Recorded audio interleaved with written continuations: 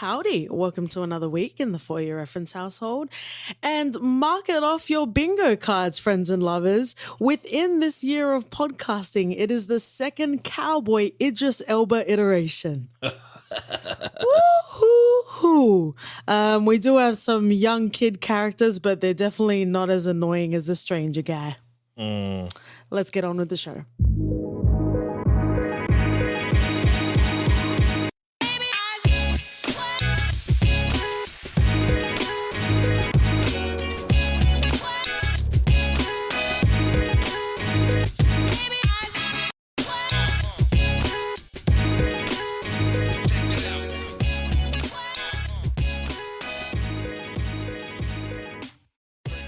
Yeehaw! Welcome, friends and unscrupulous blade wiping lovers. Welcome back to the For Your Reference podcast. It's your host, Katie. And Doti. Open the holy book of Clarence and initiate the countdown. Allow us the latitude of completion with the harder they fall this week. Woo-hoo-hoo. Wow, OT. Yeah. I think this is what the kids call a new classic, where it feels legendary even though it recently just came out.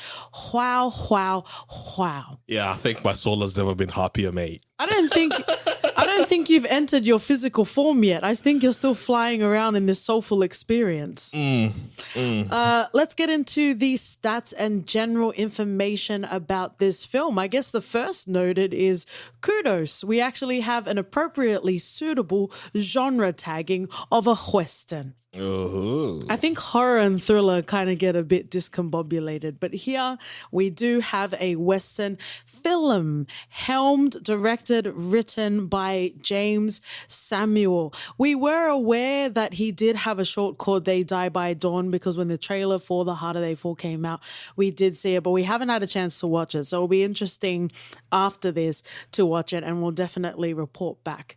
Friends and lovers, James Samuel is also a musician, which when we talk about the soundtrack and the score of this film, it will be very apparent. Apparently, it was also part of the music department on The Great Gatsby, as well as the soundtrack for Love, Rosie. Oh. Yeah, so it's the rom-com. It's not the rom-com with Simon Baker and Sanaa Lathan, and I'll keep saying it until we cover it, OT. Also written the screenplay, we have Boaz Yakin, and we have very notably produced by Mr. Carter, Jay-Z. Friends and lovers, for those of you that are on Twitter, there is a capability called Spaces, I believe. So it's a kind of like the Clubhouse sort of functionality in Twitter. And we just happened upon a conversation about The Harder They Fall.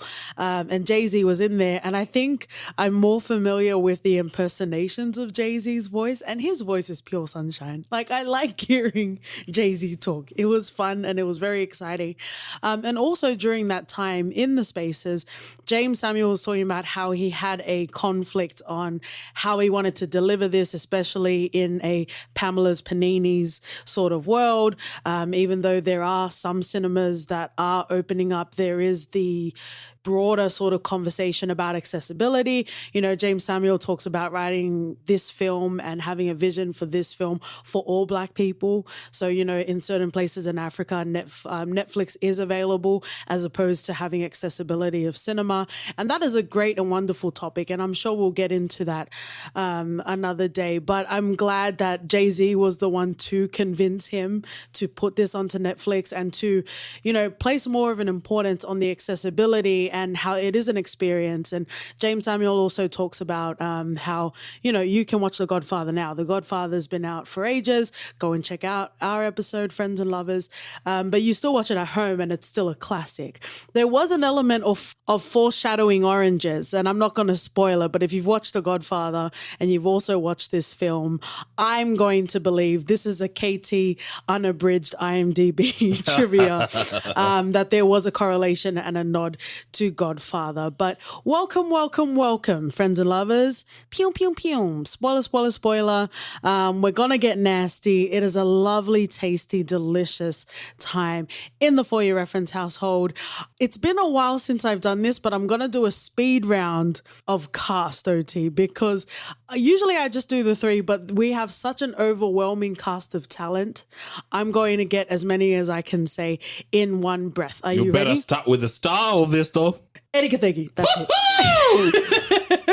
You've read the whole list. You don't need to say anything else. Eddie Kathegi, Jonathan Majors, Zazie Beetz, RJ Seiler, Chase Dillon, DeWanda Wise, Damon Wayans Jr., Dion Cole, Lakeith Stanfield, and Regina Run It Back, Motherfucking King. OT, OT, OT, OT. It is very rare that we watch something and we even watch a trailer and we're excited about it. Furthermore, the excitement is met when we actually watch it. Yeah. Let's get into first impressions. I guess even before we talk about the harder they fall, I guess you can say that Westerns is a higher barrier of entry. It's not it's not the more accessible sort of action or comedy. It's its own genre, right? So let's talk about Westerns in general, just to see if you had any pepperings, if any of the smoking barrels or the Eastwood branded yelling at chairs reached Kenyan shore. So let's talk about Westerns in general. And I guess this is a great plug to say adjacent to Redwood, perhaps in a universe, is Deadwood. So go and check out our Deadwood episode. And I also reference Concrete Cowboy, which we've also covered. Like majority of the time we had like one channel growing up and it used to air a lot of Westerns a lot of the time. And all of those, it's just all white cast pretty much. And you grow up to love this you have this portrayal of a Western you associate with a certain type of look and feel. And you're like, hey, cool. I appreciated Westerns. I don't think in recent memory I've watched any Western per se, but I grew up watching them. And I think the last one I watched was True Grit, if you want to classify that as a Western of sorts. But wow, I think my memory of what Westerns were of a kid and it being met with James Samuel's vision of it just created this cataclysmic sort of situation in my bloody mind that I can't for the life of me get over. And I feel like I need to rewatch it as many times. I need to hear the soundtracks a bit more just to feel that Nirvana high a bit. And you know what I also really love about this film and the watching experience, because we watched it twice now, was the sense of ownership that you had watching this film. It was fun to be able to experience it. And I know we'll never get to the level, but I would have really loved to have experienced this film in like Kenyan cinemas, similar when like Black Panther was at its peak and we were experiencing it in Kenya at that time. There was a sense of ownership that you had watching this film. We talk about resonance and references a lot. Yeah. And I think when you watch things, when you feel like you're so far removed from them, yes, you can enjoy it and to some level love it, but a lot of the time there'll always be this empty space where you feel like there's something missing. You might not be able to point it out. And a lot of the times that's how I grew up. When you watch things and you don't really see yourself, you don't see your culture, you don't see your skin. And when these barriers start coming down and you're like, oh, fuck, imagine an 8-year-old OT watching this and fuck's sakes, And to my degree, like what I am right now was brought about with connecting with fucking Lion King just because it fucking spoke Swahili in two fucking words, And it could be the most minuscule thing, but you connect and you resonate because, mate, see someone with this bloody skin color or speaking your bloody language or I don't know. Like you were starved for representation. So even Lion King at the time was enough, right? You're starved, but you don't know you're starved. Yeah, and you don't expect to get something like The Harder They Fall because you're so used to not seeing. And that's why I got excited. It brought me to a state where I felt like I was a fucking kid watching this. Yeah. And I was like, far out. I really enjoyed it to the depths of my fucking soul. And I was like, the moments I could definitely fucking nitpick, but those are so bloody drowned in the overwhelming emotions and feels that I have for this. Yeah. Leave alone the fucking OT tax. Like, how about the Eddie Kathegi tax? Actually, no, that's the question because, you know, like I mentioned, I think in the initial The Boys episode we did, I mentioned that Simon Pegg has a fucking British face. Eddie Kathegi has a very unmistakable fucking Kenyan face.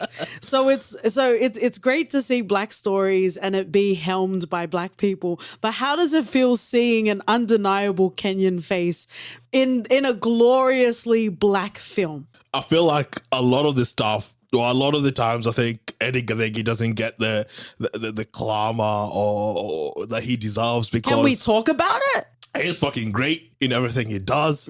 We recently covered Startup and he was the star of it by miles. Yeah. You know, his acting chops are, you know, far out. Like, I was just pleased. And the fact that he is the first face I saw when the movie started. Yeah, after the credits.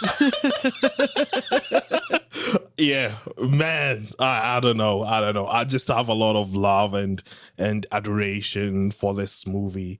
And I think if you've not watched it and you're listening to this, just do it. Dive in, man. You'll not be disappointed. Stop being nasty. You will enjoy all of our episodes, but if you haven't watched this film, it is our duty as the custodians of you know, the continuation of black cinema. Go and fucking watch it.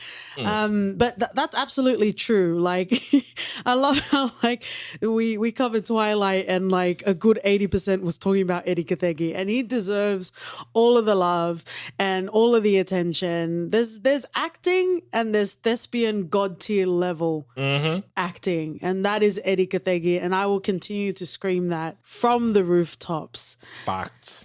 He just does it so effortlessly. I'm not saying that there's only room for one, and I love that Lupita is getting a lot of love and praise, but people who need to remember Eddie Kathegi. Don't forget about Eddie Kathegi Dre. But just generally overall, yeah, I absolutely agree with everything you said. But this also, friends and lovers, if you're listening in a linear timeline, this is where the qualms and the quandary, or in this film, the quarrel lies. Because you said that you will rate, in our Christmas special, you will rate Candyman very highly, even though you have fundamental issues with it. Yeah. But you love this film with everything, even without any sort of qualm. So then how is that fair, is what I'm saying. There's nothing fair about it. The industry hasn't been fair for fucking long, so I can't put a lens of fairness and pretend that the last how many fucking years hasn't happened. So speaking of fairness, let's address the colorism in the room. Katie, a segue queen, friends and lovers. We weren't even aware. It wasn't until we listened to that Twitter Spaces with James Samuel, Jay-Z, and a whole lot of the people involved in making The Harder They Fall at Netflix. We didn't even realize that there was a whole controversy around Zazie Beetz being casted as Stagecoach Mary. I saw that. I think one of the things that James Samuel said was that a lot of these characters didn't look like the original people, you know, like Cherokee Bill, he was white passing. Exactly. And Lakeith can be many things, but he's not white passing. Yep. The same way with Nat Love, he was 18 at the time, and Jonathan Majors can be many things, but not look 18 years old. Yeah, and I get that sort of point of view, and I you know, far out, like, it's just, I was just happy to see black people there. And when you think of it a bit critically, it's weird. Like, I can't name a movie, or I can name 5 movies that I've watched recently that I said have been black led, and or the main protagonist or the main supporting actor is that is not a dark-skinned woman. You know, like, it's a thing that you get to notice a lot if you're looking for that sort of shit. Even if you're not, if you think back and just, you know, oh, you watched that movie, who was the lead? Who was the main supporting, you know, if the lead guy is white or whatever, you know, even the love interest. Like, it's just, it comes to a point where I understand what James says, but those things he was highlighting were not really issues. They're not the same thing. It's not the same thing. Is what you're saying. Yeah, Yeah, but I also, I guess maybe it's because I'm not black, so I don't.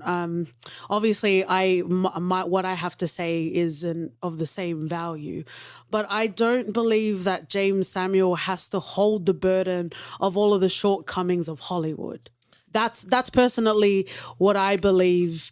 Like, he doesn't have to fix all of the wrongdoings in this one film. That's not on him as a creator. And that's not necessarily what this film is. He also mentioned, Nina Simone, and that had a lot of controversy because she's light skinned and it just didn't work, right? There was a whole conversation, there was a whole dialogue about that as well. But what I'm saying, and he also said because it was a biopic, so it's actually talking about her life. We're talking about black people that existed in this time frame, and there are stories that are happening between these characters, but it's not necessarily a true story, even though the true stories are never really the true story, right? Yeah. So I guess that removes a bit more of the onus.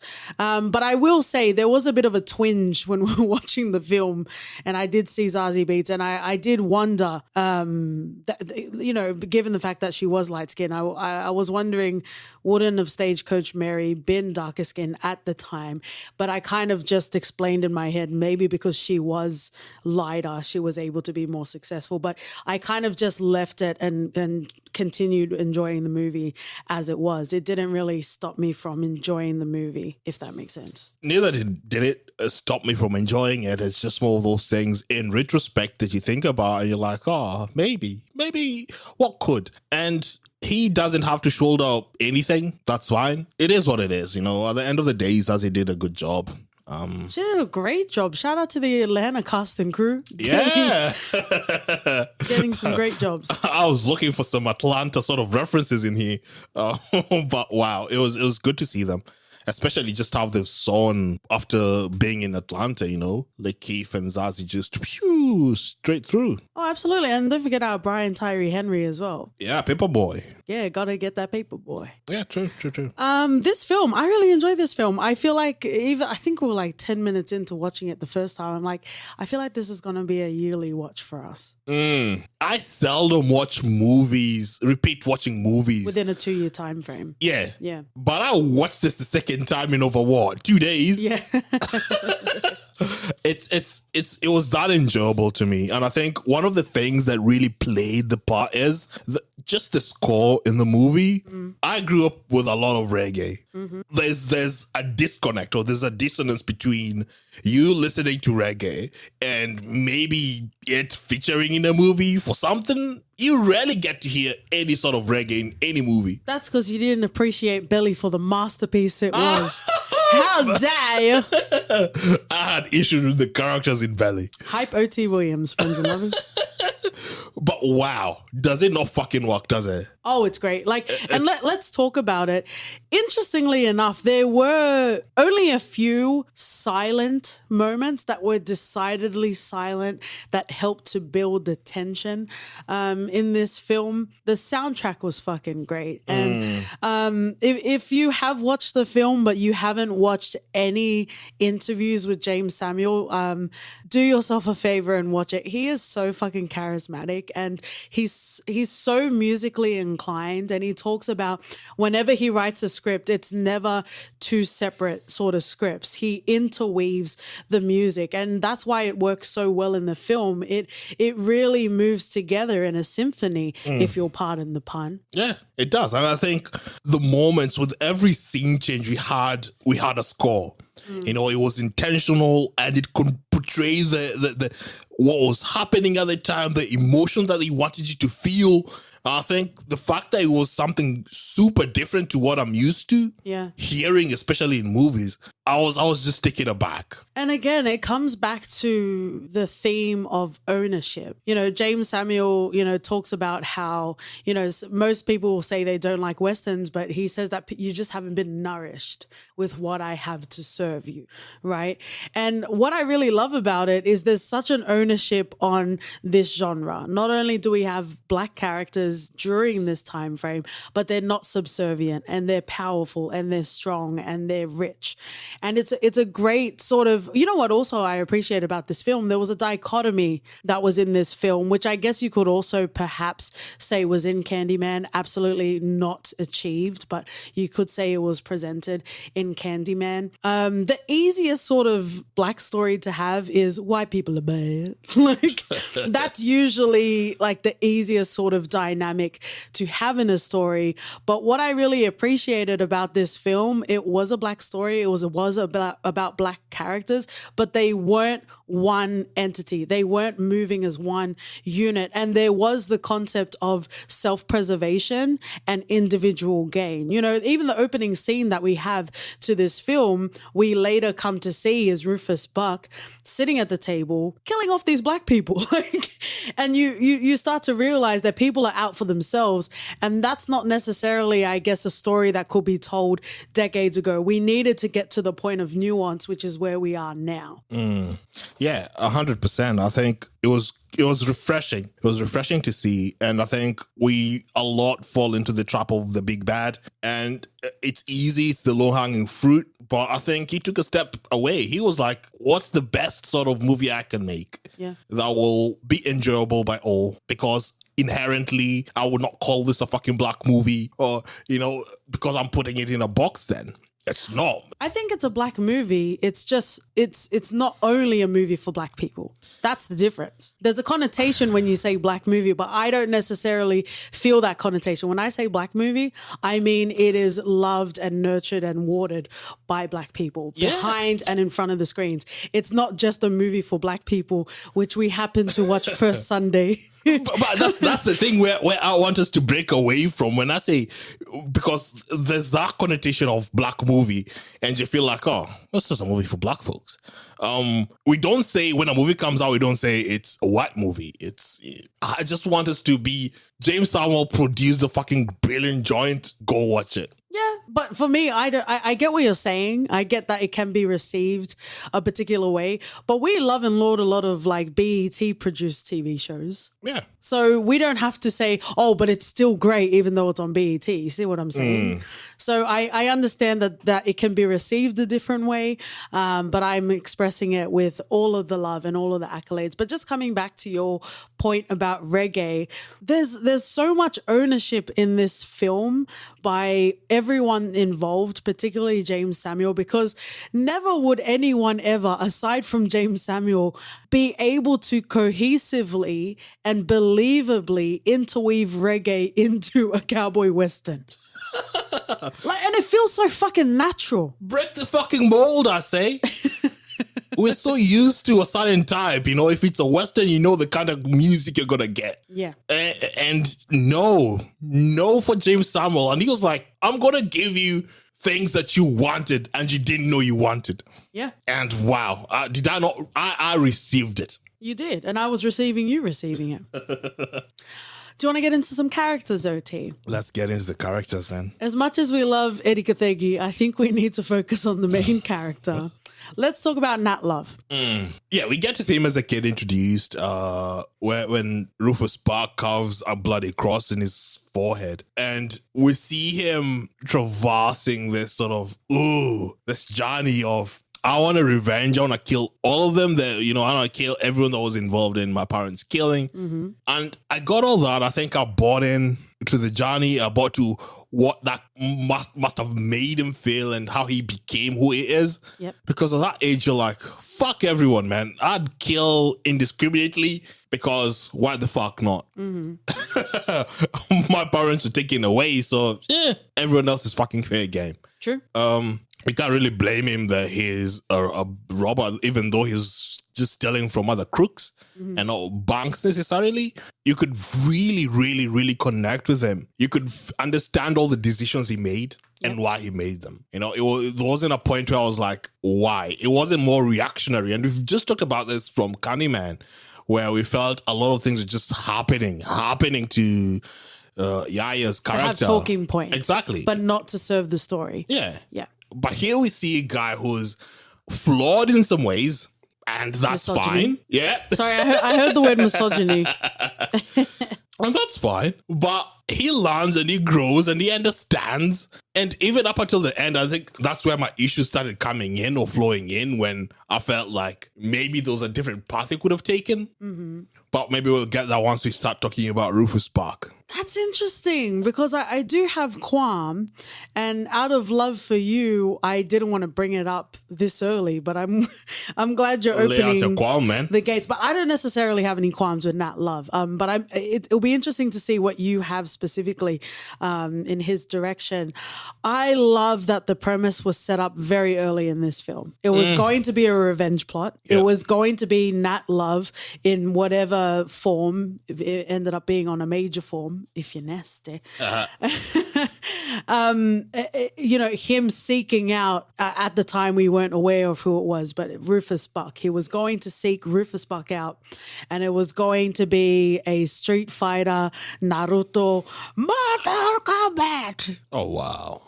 I half committed. You see what happens, friends and lovers? That's what happens when you half commit off the diving board. But I really enjoyed his character. I did joke misogyny. I still agree it's misogyny. But back at the time, unfortunately still now, but back at the time it was suited and it made sense that he would be that particular way. I really liked him. He was loyal to his crew. I think his crew were very loyal to him as well. They had an understanding. They loved each other. They really were a team, not just some people that were together for their own individual gain. I think he was super solid and he was very strong. I don't know, because the interesting thing is, because everyone is black, it's not like you're rooting against any of them. I don't think at any time I was stronger on one side than the other. Like, was there a particular, did you want to see Nat Love's gang triumph over Rufus Buck, or you didn't care either way? You were just happy to enjoy it? I didn't care. I was happy to enjoy it. Right? Yeah. Yeah, because I was like, go everybody. Because, Rufus Buck was presented as someone who had a vision that he wanted Redwood to represent something. Yeah. Like a Black Wall Street. Exactly. We kind of see where he's going with it. Something that meant so much that treacherous Trudy was willing to buy in and give all her life into the bloody vision. Man, if my name was Gertrude, I would come up with treacherous Trudy too.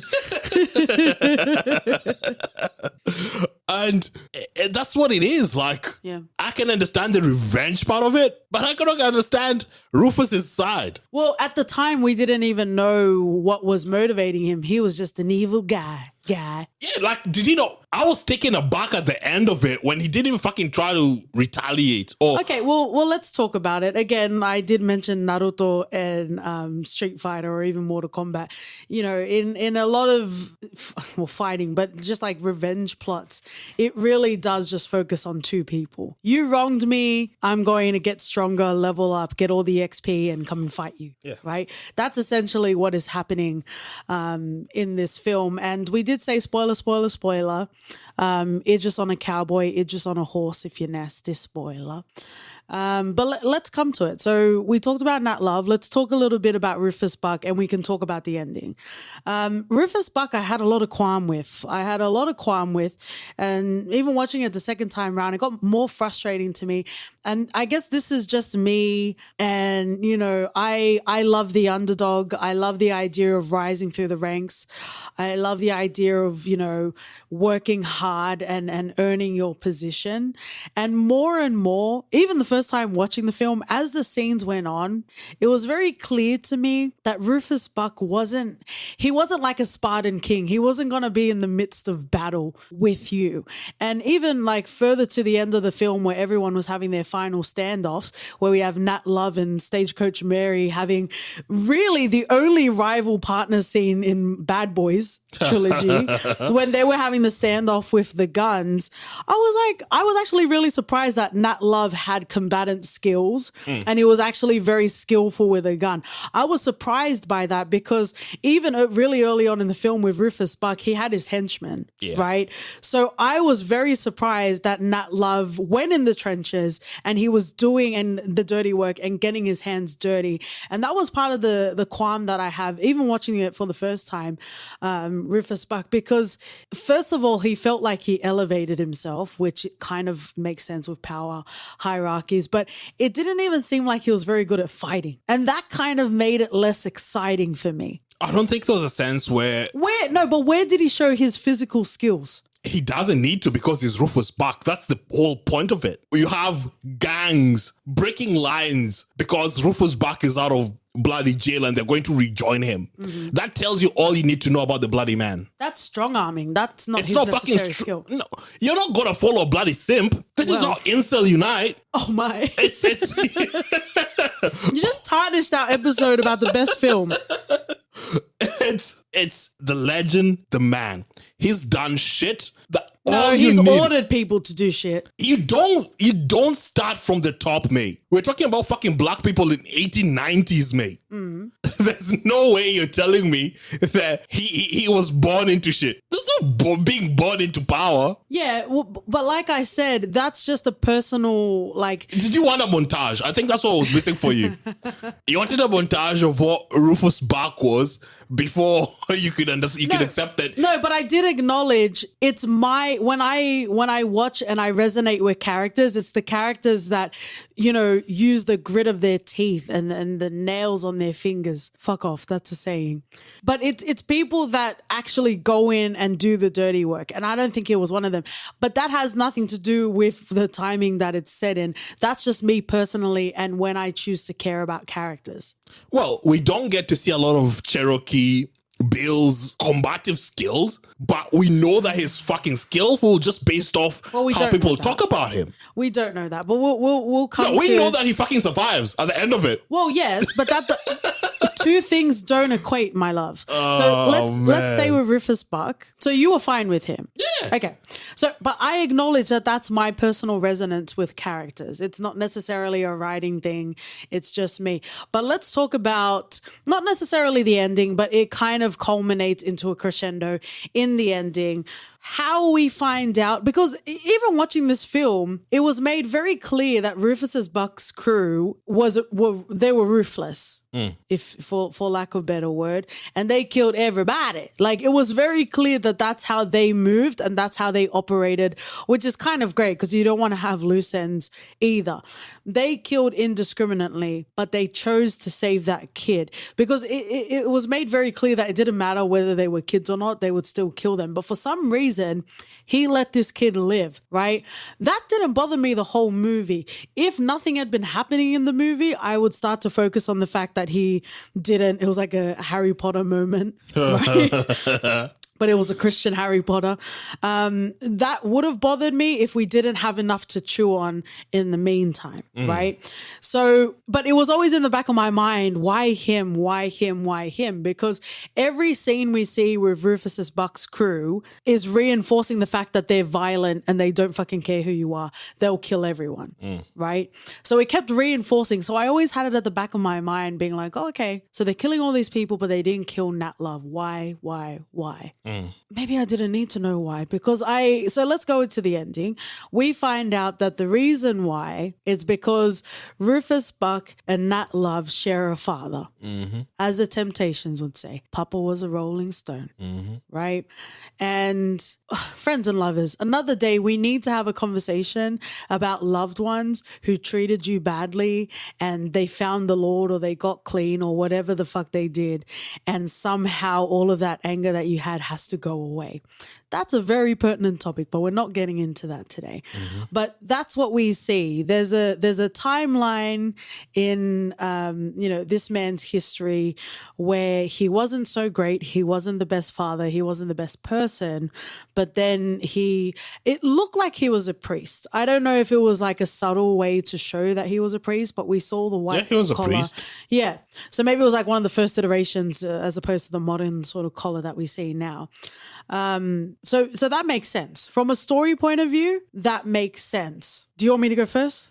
Yeah, go first. I want to hear what this qualm is. The qualm I have is this is kind of like Friends and Lovers when you go to a job interview and they ask you what your weaknesses are and you say, oh, I'm just too organized. Like it's not like it's really not a weakness, but like the weakness, not necessarily a weakness, but the qualm that I had with the closing of the circle with this particular story arc was that the writing was strong enough to not need that extra hook of emotional resonance. You didn't need me to care more about Rufus Buck. You didn't need me to care more about Nat Love. You know what I mean? Like, you know, sometimes when it's like you want to make sure, you want to have that anchorage that the audience is in for the ride all of the way. I was already there. So I kind of maybe twice rolled my eyes when I had to watch that twice, because the fact that you have Rufus Buck, who's a ruthless motherbucker, title, probably not. But you have someone that's really ruthless. He saved a kid for whatever reason. Even the fact that the kid was going to come back and seek vengeance was strong enough for me. Like that plays, that flies, right? But they needed to completely close the circle. And I think maybe I would have preferred it to be open-ended again, because the story was so complete, even without that. There was so much cohesion in the writing, the characters, the interplay between all of the characters was so interesting to me. It is very rare to have secondary characters that fulfill the screen time even when the protagonists aren't on the screen. You're actually invested in, you know, treacherous Trudy and stagecoach Mary and them fighting a very resourceful fight. I really enjoyed it. It was a very colorful and very resourceful fight with all of the textiles, right? So I feel like this film did everything I didn't need anymore. How do you feel about the fact that there's a connection, a literal bloodline connection between Nat Love and Rufus Buck? How do you feel about that? To me, it made it make sense. It made the movie make sense. It made every decision that Rufus has made make fucking sense. There's no other reason why that kid lives other than the fact that he's Rufus's brother. There's no other way Rufus doesn't put up a fight other than he is the brother. Like, and to me, it made everything come into sort of a full circle with the journey that Nat is on. Okay. Because with Nat, we get to see that, yeah, he is going on a bloody revenge mission because his family has been killed. Mm-hmm. But Rufus was doing the same thing. The dad killed his mom and left them to fend for themselves. Yeah, no. Fend for himself, rather. No, but that's solid. That's solid and that's strong. And I like the dimension that they had there. I just didn't like the closing of the loop that they had to be brothers, because it kind of not necessarily feels cheap, but it definitely feels a bit counterfeit, because it didn't need to do that. And maybe it's just my soap opera watching days. I've seen many twist reveals of people becoming siblings and they never knew all along. Right? You know what I was more angry about with that scene is Nat's reaction. To me, that was a point where it would have been, man, our father was shit, wasn't he? No, but yeah, cool. No, but he literally had just found out for the first time, and the initial reaction is anger. It's anger. That's why people say don't shoot the messenger, don't shoot the sheriff, Bob Marley and otherwise, right?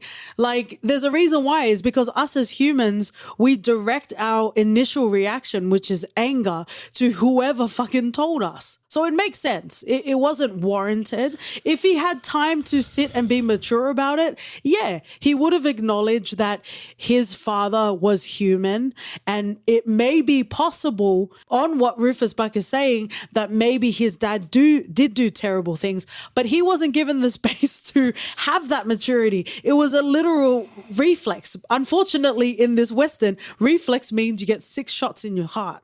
No, I think more that Rufus had just given up at the end of it. I think that was a big part of it.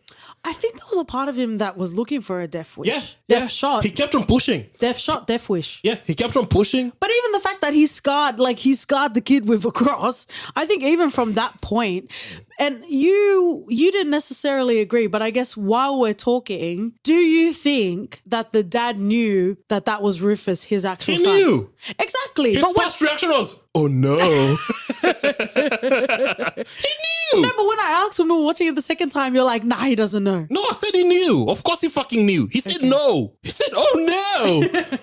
He knew the fuck was coming. You know, and I think when you put yourself into Rufus's situation there's nothing more heartful to know that he had a family. It's not like he didn't have a kid or a wife. But he really treated them like crap. He beat the mom senseless. Yeah. Every single fucking time. Yep. For the minuscule of things. Yep, gross. And then he turned that into Rufus. Yeah. And then when you find out that this fucking guy put his shit up together for some other fucking woman. Yeah. He's got the saddest story. I would shoot them all. He's got the saddest story in this. You know, not I would fucking kill them all. Yeah. I'd be like, fuck, what's this? Yeah. I didn't, at that point I was like saying, you know what? This guy's fucking justified. But it feels sad. It feels sad that Rufus Buck felt like he was at the end of his line. And I think he was quoting Napoleon. It was essentially talking about the inevitability of your own demise. Yeah. But when you're in the peak of your success, no one can touch you, right?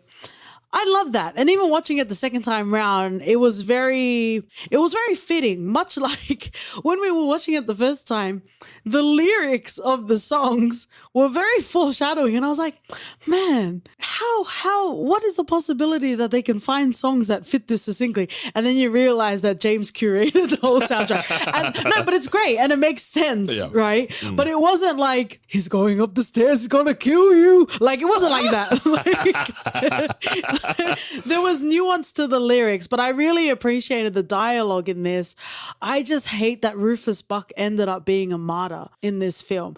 In order for Nat Love to become whole and to maybe have something that resembles a happy life, he felt like he needed to sacrifice himself when, as you point out, he had the saddest fucking story. Yeah. Between the two brothers, he had the saddest story. He was Tyrese and four brothers. He did. And I think the worst thing for me is that he didn't have the guts, or he didn't have, I wouldn't say guts. He couldn't pull himself up to kill Nat. No. You know? Because Nat did nothing wrong. Exactly. And for Nat, it was completely different because this is the guy that killed everything that he knew. He didn't know. He didn't know. He didn't care about the pain the dad inflicted. Yeah. Because at the end of it, his mom was innocent of all that. Yeah. But to me, if I was in that situation, I'd be like, kill them fucking all. Yeah. You know, it's those things like, what did my mother have that this fucking woman did? You know, what did my mother miss that this fucking woman has? That made you beat my mom and go to her? I'd be like, mate, at that point, I was like, I understand Rufus. I'm not angry at him. I understand his fucking Johnny and good for you.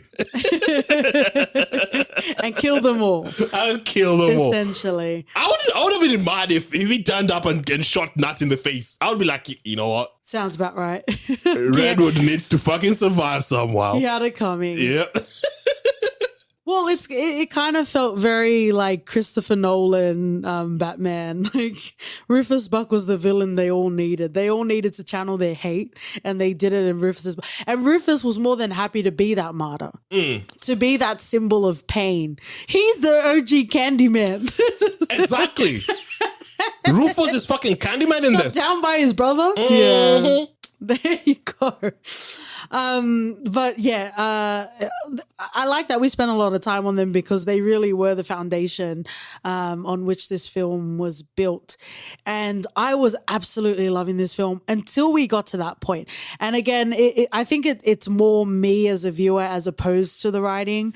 But I feel like if you're good enough, you're fine.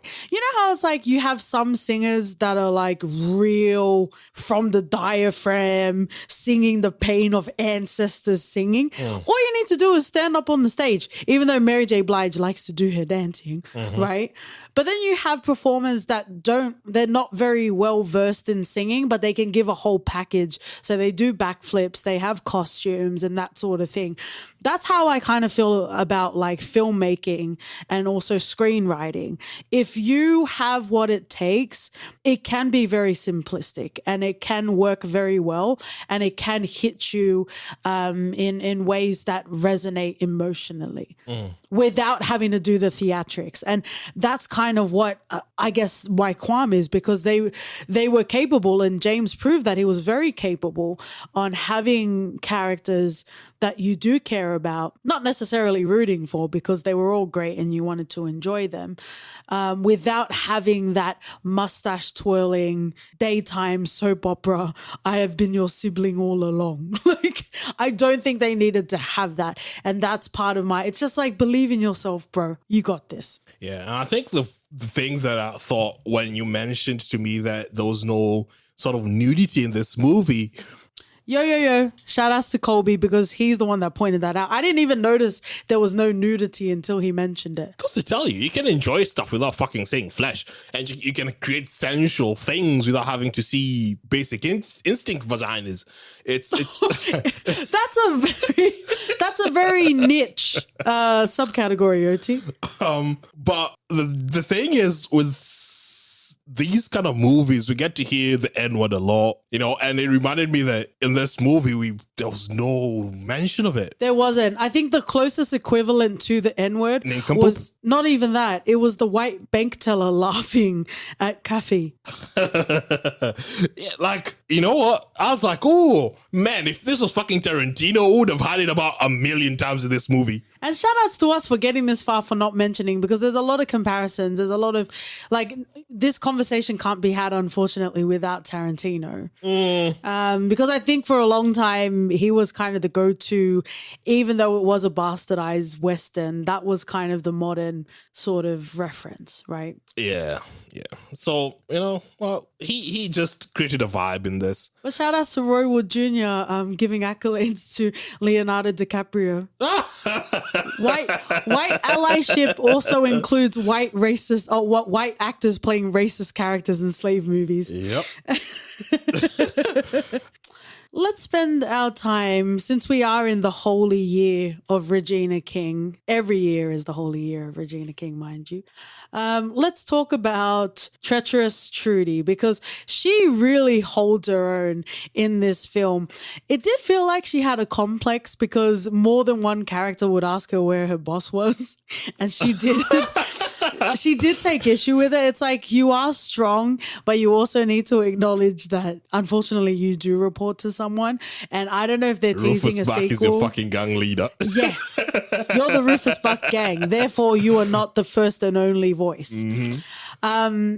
But one of the best sort of scenes, I guess when people talk about iconic scenes in cinema, obviously they're talking about Daniel Kaluuya, Hallelujah, in Get Out with the teacup scene. I think in the same conversation, we should be talking about treacherous Trudy and her apple peeling scene, because that was cutting, if you'll pardon the pun. Especially the story she was telling as well when doing that. I think it gave us a window into the character that's Trudy Smith. Mm-hmm. Something that was I wanted to understand exactly why she was like that. And I think that opened a little bit glimpse into, oh man, she's been through some shit. Yeah. And I think the fact that she hasn't been killed off and she's standing there with a bloody heart at the end of it is the best thing that could have happened for a potential sequel, because usually that sort of thing pisses me off. Like, was it Batman versus Superman where they had the murmurings of Superman being alive?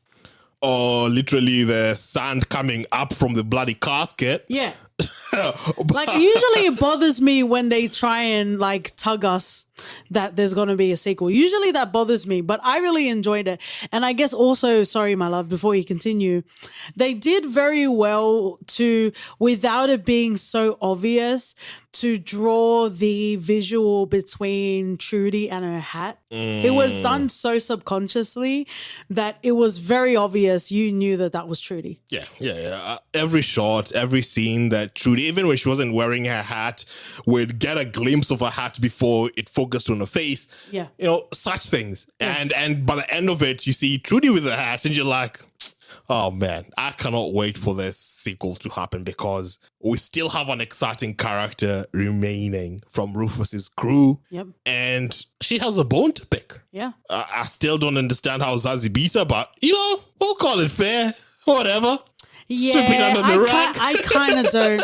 I kind of don't believe that as well. And, Regina King is very talented, not just acting, also behind the screen. One Night in Miami, which is famously on Patreon because of how fiery OT and I get discussing that film. I just didn't believe that Trudy could be bested because it was Regina King.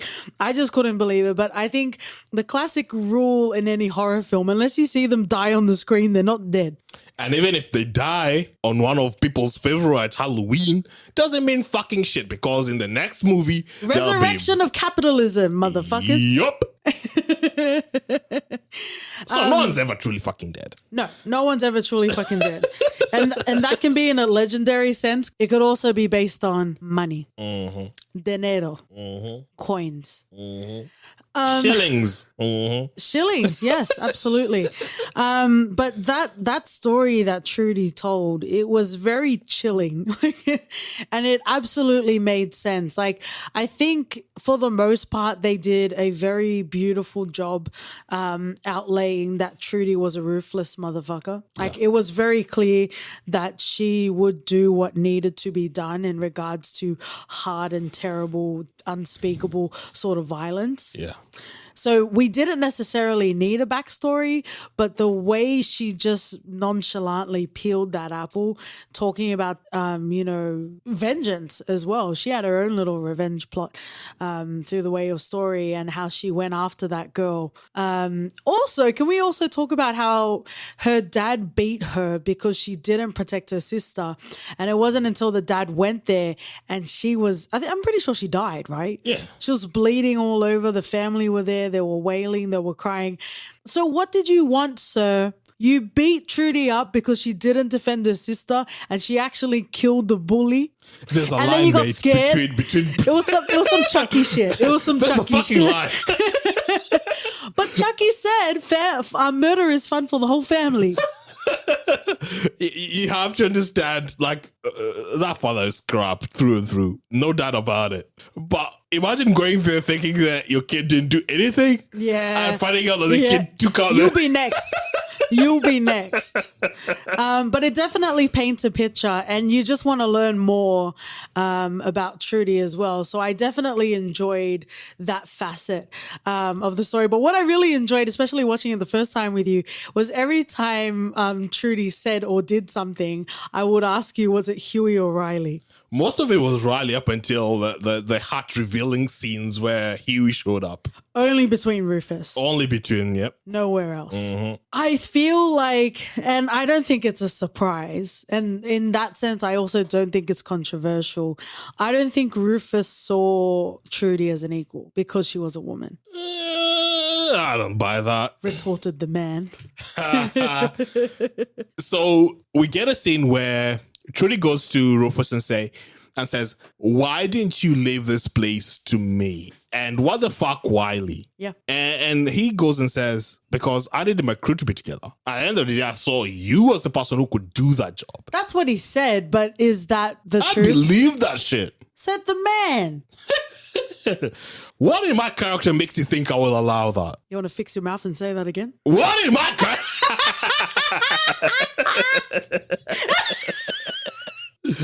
Oh, far out, man. Sleep with one eye open, Bertie.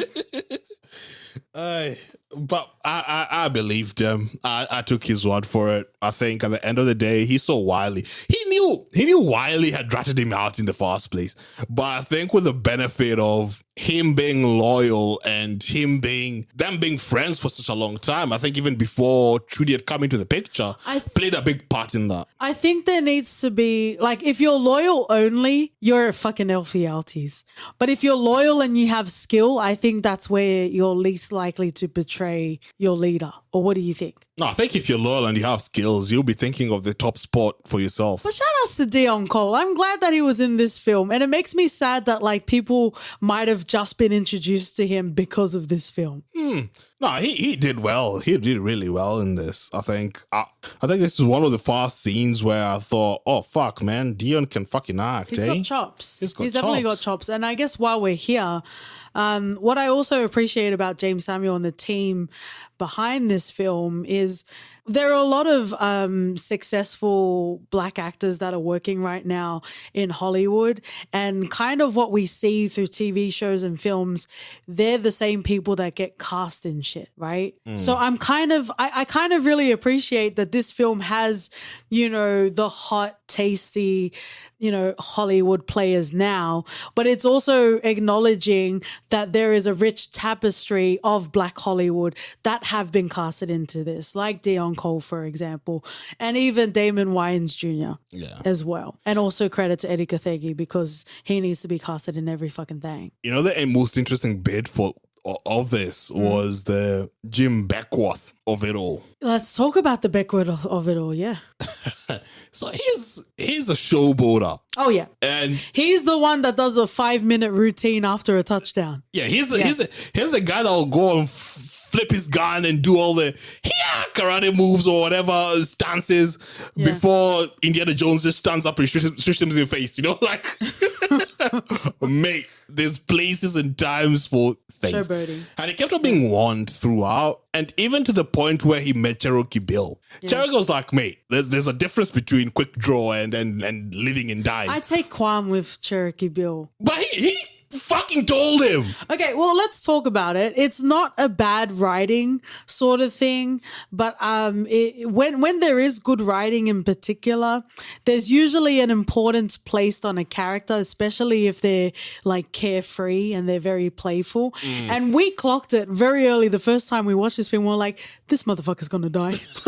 It's very fucking obvious. And it's not because the writing was bad. It was actually the contrary. The writing was so good because they wanted you to care about this kid, but it also made you very clear that he was very careless in the way that he was very showboaty. So yeah, we knew that this guy was going to die. It was very obvious. What I wasn't prepared for was how fucking dirty Cherokee Bill played. And maybe I still haven't recovered from Judas and the Black Messiah because I kept calling him Bill O'Neill when we were watching this film. No, I think I distanced myself from Bill O'Neill after the fucking movie ended. With this, we got to see Cherokee Bill in a couple of duels before that, where he fucking just went dirty all the time. And the way he talked about winning and staying alive, he was like, survival is everything that I need to do. I don't fucking care about any rules that you might have in your fucking head that I need to follow.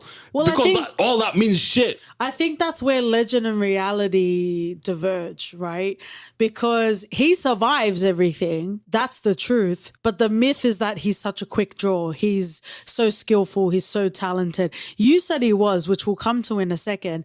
But the fact that he survives isn't necessarily because he's skillful, because how many times we've seen him play so fucking dirty. So this is where we're going to get to. And I personally wouldn't recommend Yasuke. But if you do, good for you, but don't come and fight me in our DMs because I didn't recommend it. But with Cherokee Bill, I was trying to, at first I thought it was kind of like Saitama, like in One Punch Man, or in the anime in general. You have a super, super powerful character, like even Goku, for example, for all of the basic anime lovers.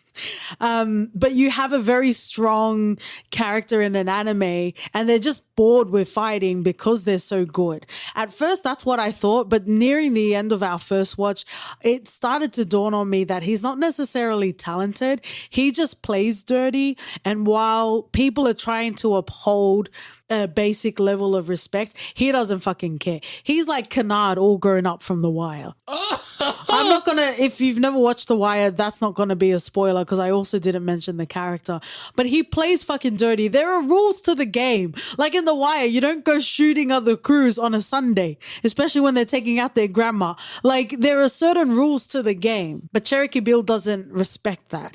I don't think he was that talented. I think he was talented. You're just confusing talent with the fucking will to survive with the most minimal of effort. The will to survive is a talent, but I'm saying the fact people are saying like he's the fastest draw around. I'm disputing that fact. I think he was. when he does face Coffee, we see Coffee retort, Bucksworth was faster than you. May, you said you're faster than Bucksworth. So that scene didn't make any sense. It felt really anime to me, how she was the one that was super emotional when we have our stagecoach Mary. She knew all these guys longer than probably Coffee. Yeah. But man, Coffee cried, bawled her heart out. As if Actually, my best friend. now we're thinking of it. I didn't think of that until now. Because it didn't even seem like they had a lot of bonding moments. Yeah. There was only this potential homophobic, and I will put down my gavel where it's deserved. So I'm not going to go too hard. But there was a pseudo homophobic section with Not Love didn't even fucking respond like that. Like this, she went all the way there. Like too much. Like May, come on, you've known her like for 2 days tops. Ma'am, this is the Maysville Bank. Please settle down. Wow. No, I get that. I definitely agree. How did you feel about Stagecoach Mary? Is there anything you want to say about her? She was a bit dumb. Rolling into Redwood. She thought she was smarter than everyone else. But the stench of her associations was so clear. At first, I thought it was like a secret that Stagecoach Mary and Nat Love were together. At first, I thought it was a secret. And then when I realized it was known knowledge that they were in cahoots and tumbling in the hay together, why the fuck are you in Redwood then? People know that you were together. Whether he's physically there or not, you still have Avatar tentacles tethered onto you. Yeah. It's weird, man. It's weird. She's dumb. Like, for someone that was very smart, she was very dumb in that moment. Maybe it was a way to like move the story along, but that didn't make any sense to me. Yeah, it didn't. She was dead on arrival. Oh, the music. Again, the music. There's a Family Guy reference, which only really makes Family Guy relevant anymore, where they talk about Succession. Go and check out our episode on Succession. And it's essentially just saying the names of characters of Succession. Rome. Oh, Rome. Shiv. And the instinctual from OT just now, it felt very much tethered to the reference, if you're nasty. Anything else you want to say, OT, before we finish up? My man Kathegi.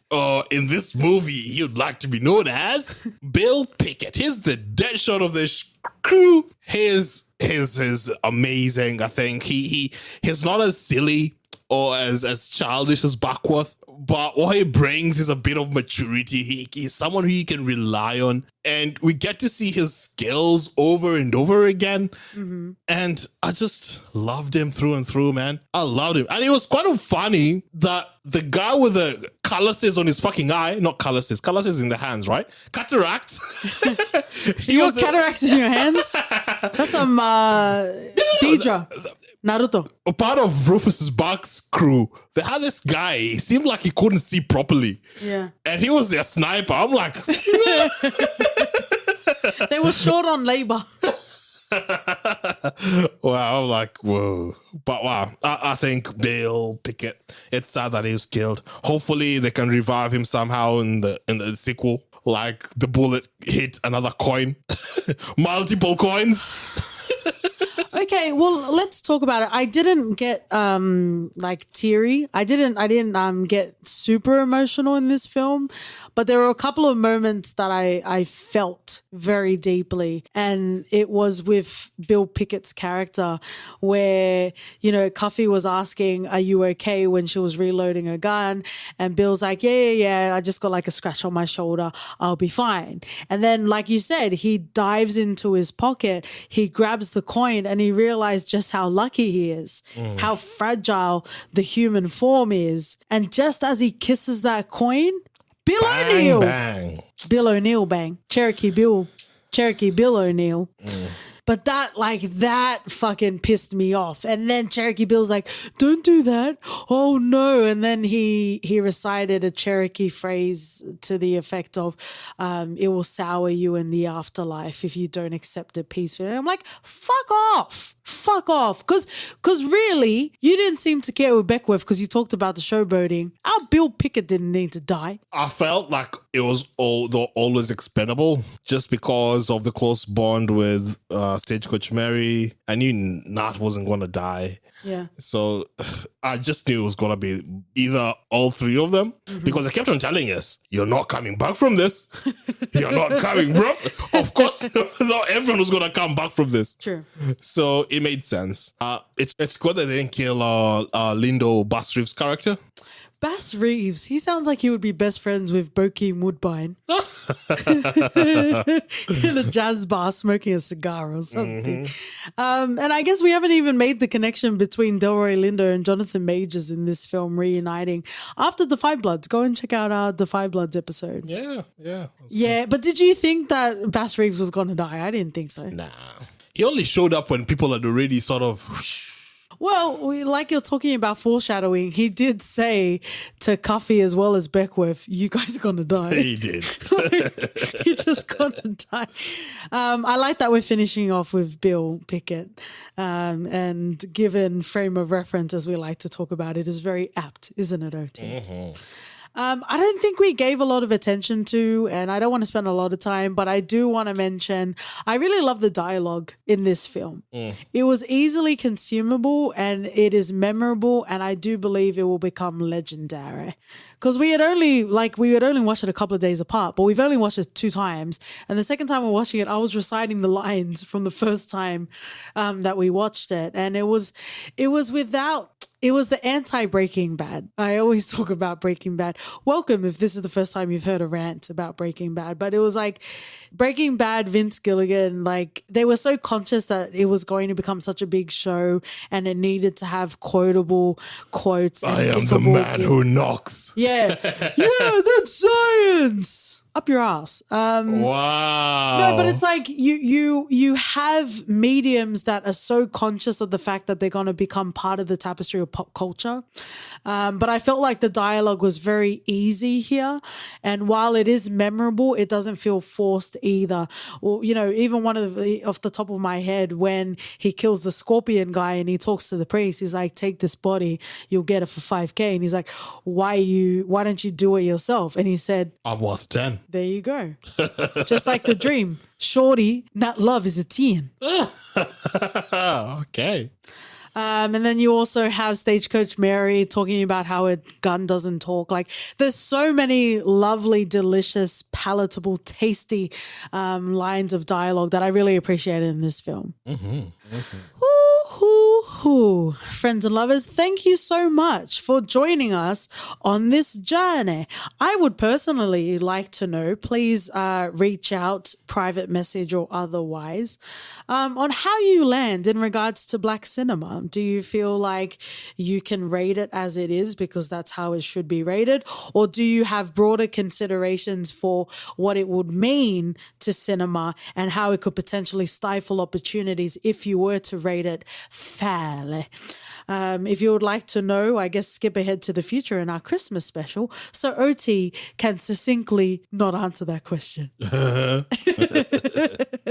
We're going to finish up in a segment we call For Your Reference. OT. I want to know more about James Samuel. So I'm going to reference something that I've not watched because I also want to watch it. Yep. It's more of a homework and They Die by Dawn. Nice. I guess we'll report back in a Patreon equivalent.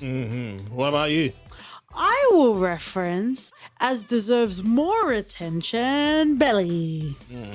Problematic characters to boot. Well, we wouldn't have any films otherwise. Fair enough. If you would like to see us before we get cancelled on Twitter and Instagram, we're at ForYourFPod. Write us an email at hello@frpodcast.com. We're also on Whoever Dies First podcast if you like to leave a rating and review. And we'll see you guys next week. See ya. Bye.